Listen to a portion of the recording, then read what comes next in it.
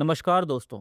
Peter Hollins की book finish what you start उन लोगों के लिए एक रियलिटी चेक है जो नए काम शुरू तो बड़े जोश के साथ करते हैं, लेकिन बीच रास्ते में ही हिम्मत हार जाते हैं। ये बुक सिर्फ मोटिवेशन नहीं देती, बल्कि हमारी साइकोलॉजी का पर्दाफाश करती है कि क्यों हम प्रोक्रास्टिनेट करते हैं और क्यों हमारा दिमाग मुश्किल कामों से बचने के लिए बहाने ढूंढता है।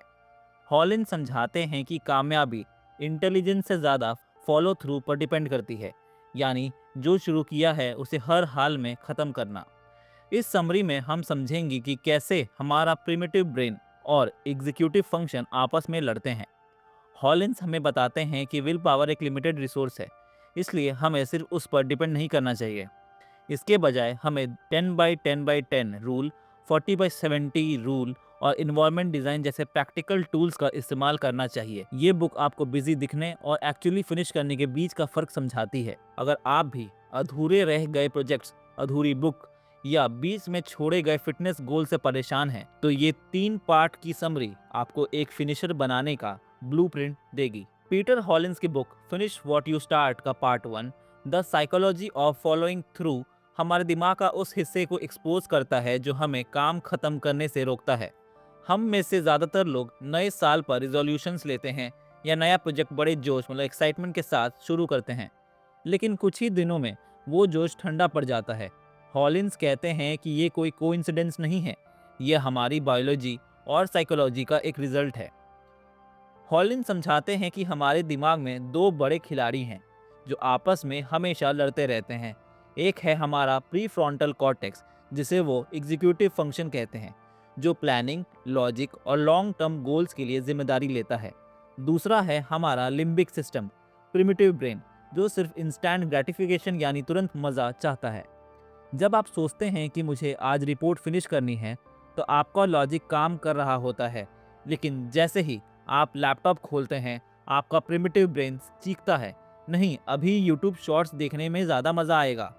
काम खत्म ना कर पाने का सबसे बड़ा कारण यही है कि हम अपने प्रिमिटिव ब्रेन की बातों में आ जाते हैं, जो हमें हमेशा आराम कंफर्ट की तरफ खींचता है। Second, the trap of motivation. हम सबसे बड़ी गलती ये करते हैं कि हम मोटिवेशन का इंतज़ार करते हैं। हम सोचते हैं जब मेरा मूड होगा तब मैं काम करूँगा। हॉलिन्स इस माइंडसेट को पूरी तरह गलत बताते हैं। उनका कहना है कि मोटिवेशन एक फीलिंग है और फीलिंग्स कभी भी स्टेबल नहीं होती। आज आप मोटिवेटेड हैं, कल शायद नहीं होंगे। अगर आप सिर्फ मोटिवेशन पर डिपेंड करेंगे तो आप कभी भी कंसिस्टेंसी नहीं ला पाएंगे। असली फॉलो थ्रू तब शुरू होता है जब आप सेल्फ डिसिप्लिन को अपनाते हैं। डिसिप्लिन का मतलब है कि चाहे आपका मूड हो या ना हो, चाहे आप थके हो या नहीं, आप वो काम करते हैं जो आपने डिसाइड किया था। हॉलिन्स कहते हैं कि डिसिप्लिन एक मसल की तरह है, जितना ज़्यादा आप इसे यूज़ करेंगे, ये उतनी ही मजबूत होती जाएगी। जब भी हम किसी मुश्किल या नए काम की फिनिश लाइन के पास पहुंचते हैं, हमारा दिमाग रेजिस्टेंस क्रिएट करता है। ये रेजिस्टेंस कई फॉर्म्स में आता है। फर्स्ट, प्रोक्रास्टिनेशन, चलो थोड़ा सा साफ सफाई कर लेता हूँ, फिर काम शुरू करूँगा। सेकंड, ओवर थिंकिंग, क्या ये सही रास्ता है, शायद मुझे फिर से शुरुआत से सोचना चाहिए। थर्ड, परफेक्शनिज्म, जब तक ये परफेक्ट नहीं होगा मैं इसे सबमिट नहीं करूँगा। हॉलिन्स के मुताबिक परफेक्शनिज्म असलियत में डर का एक मुखौटा है। हमें डर लगता है कि अगर हमने काम फिनिश किया और वो लोगों को पसंद नहीं आया तो क्या होगा। इस डर से बचने के लिए हमारा दिमाग हमें अधूरे काम अनफिनिश्ड बिजनेस में उलझाए रखता है, ताकि हम कभी जज ही ना हो सकें। इसे सेल्फ सबोटाज कहते हैं, जहां हम खुद ही अपनी सक्सेस के दुश्मन बन जाते हैं। हॉलिन्स ने कुछ स्पेसिफिक इनहिबिटर्स, रोकने वाले फैक्टर्स बताए हैं जो हमारी साइकोलॉजी को अफेक्ट करते हैं। First, fixed mindset.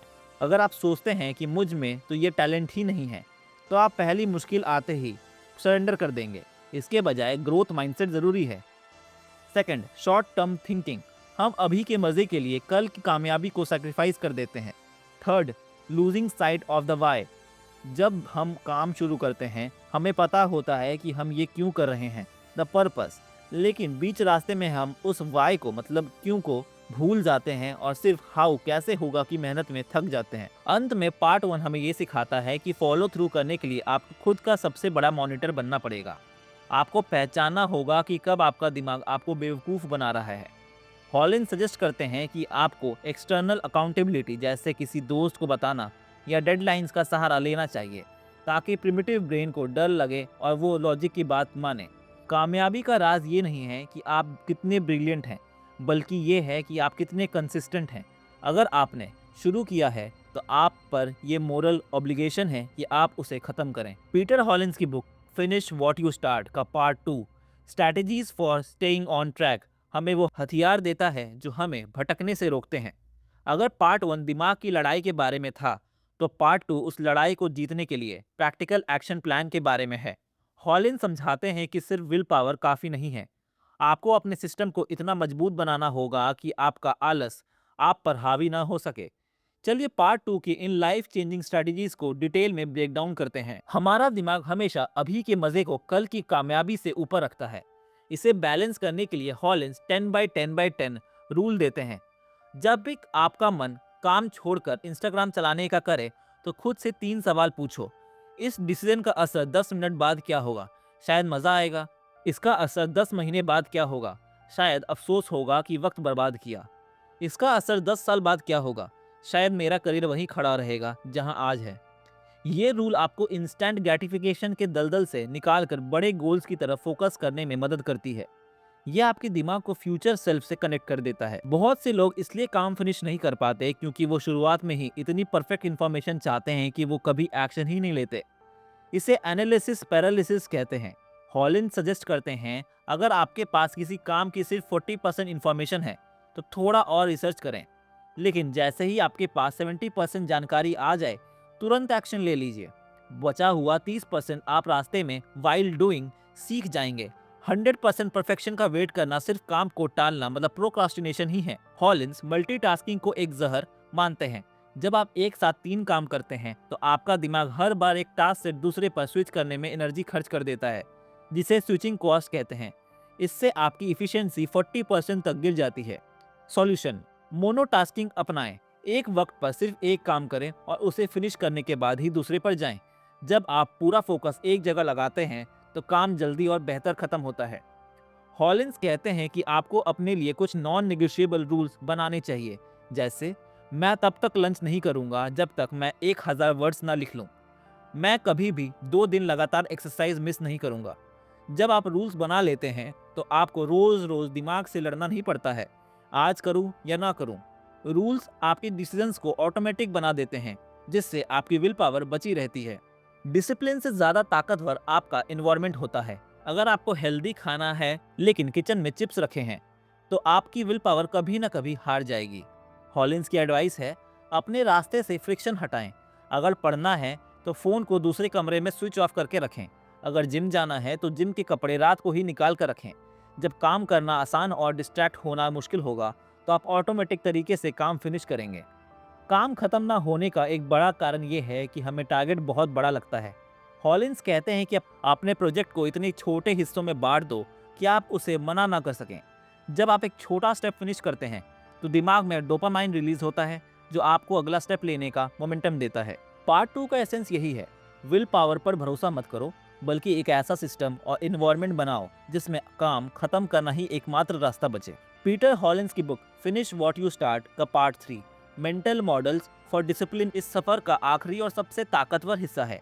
अगर पार्ट 1 दिमाग को समझना था और पार्ट 2 टूल्स के बारे में, तो पार्ट 3 आपके कैरेक्टर और माइंडसेट को इतना सख्त बनाने के बारे में है कि गिविंग अप आपकी डिक्शनरी से ही निकल जाए। हॉलिन्स कहते हैं कि डिसिप्लिन कोई सज़ा नहीं, बल्कि एक फ्रीडम है जो आपको अपने गोल्स तक पहुंचाती है। चलिए पार्ट 3 के उन मेंटल मॉडल्स को डिटेल में ब्रेक डाउन करते हैं जो आपको एक फिनिशर बनाएंगे। हमारे दिमाग एक साथ बहुत सारी चीज़ों पर फोकस नहीं कर सकता।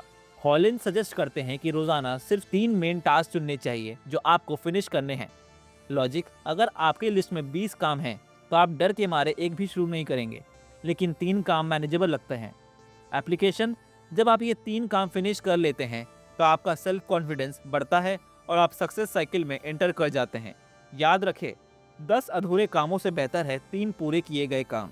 सेकेंड, टेम्पटेशन बंडलिंग, कड़वी गोली मीठा शरबत। ये एक बहुत मज़ेदार मेंटल मॉडल है।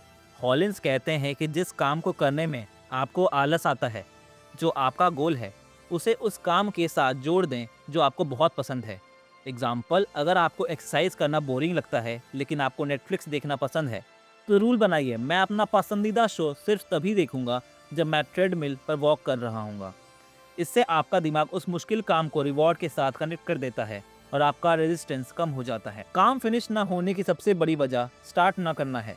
हॉलिंस कहते हैं कि जब भी आपका मन कहे कि आज रहने देते हैं, खुद से सिर्फ एक डील करें, मैं सिर्फ 10 मिनट के लिए ये काम करूंगा, उसके बाद अगर मन नहीं किया तो छोड़ दूंगा। मैजिक 90% केस में जब आप 10 मिनट तक काम कर लेते हैं तो आपका फ्रिक्शन खत्म हो जाता है और आप फ्लो स्टेट पे पहुंच जाते हैं। मुश्किल काम को खत्म करना नहीं बल्कि उसे शुरू करना होता है। ये एक बहुत खतरनाक ट्रैप है। हॉलिंस वार्निंग देते हैं कि हम अक्सर असली काम जो मुश्किल है से बचने के लिए छोटे मोटे फालतू कामों में लग जाते हैं और खुद को तसल्ली देते हैं कि हम प्रोडक्टिव हैं। एग्जाम्पल, आपको एक रिपोर्ट फिनिश करनी है लेकिन आप अपना ईमेल बॉक्स साफ करने लगते हैं या डेस्क ऑर्गेनाइज करने लगते हैं।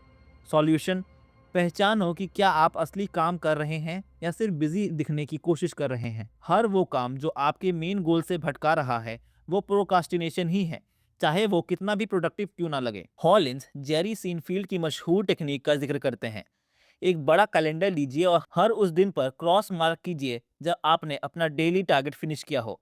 कुछ दिनों बाद आपके पास एक लंबी चेन बन जाएगी। आपका दिमाग उस चेन को देखकर गर्व महसूस करेगा। जब आपका मन काम छोड़ने का करेगा तो आप सिर्फ इसलिए काम करेंगे ताकि वो चेन ना टूटे। कंसिस्टेंसी डिसिप्लिन का दूसरा नाम है। सेठ गॉर्डन के कंसेप्ट का सहारा लेते हुए हॉलिन समझाते हैं कि हर प्रोजेक्ट में एक डिप आता है, एक ऐसा वक्त जब शुरुआत का जोश खत्म हो जाता है और रिजल्ट अभी दिख नहीं रहा होता। Finisher versus Quetta. एक क्विटर इस डिप में हार मान लेता है, एक फिनिशर जानता है कि ये डिप सिर्फ एक टेस्ट है। अगर आपने पहले ही डिसाइड कर लिया है कि आपका मकसद मजबूत है तो आप इस मुश्किल फेज से निकल जाएंगे। फिनिश व्हाट यू स्टार्ट का आखिरी लेसन ये है कि सक्सेस एक इवेंट नहीं बल्कि एक हैबिट है। आप एक दिन में मिलीनियर या फिट नहीं बनते, आप रोजाना छोटे छोटे कामों को फिनिश करके वहां पहुंचते हैं। अपने प्रिमिटिव ब्रेन के बहाने को पहचानो, डर को साइड में रखो और बस लाइन क्रॉस करो। धन्यवाद।